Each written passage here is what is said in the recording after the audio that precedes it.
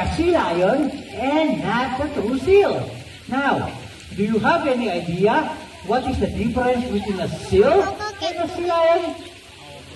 No, okay, don't worry. Don't tell you. First, you have to take a look at their ears.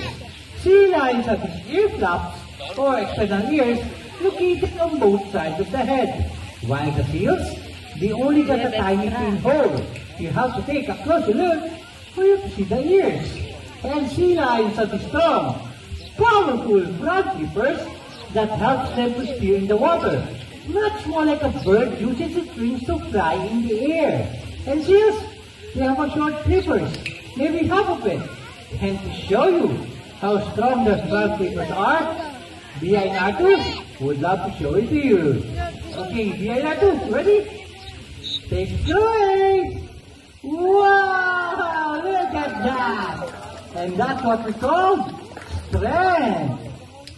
And last difference is the hind flipper or the back flippers.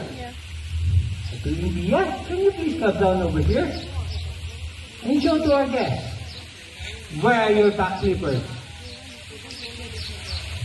Aha, that's the back flippers that rotates, making moving on land very easy.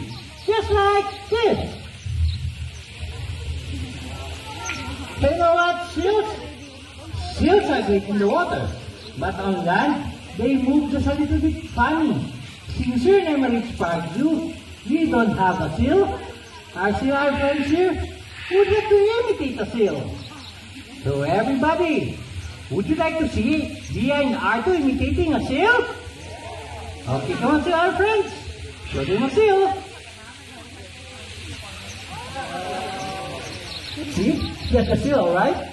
Now show them how a seal walks.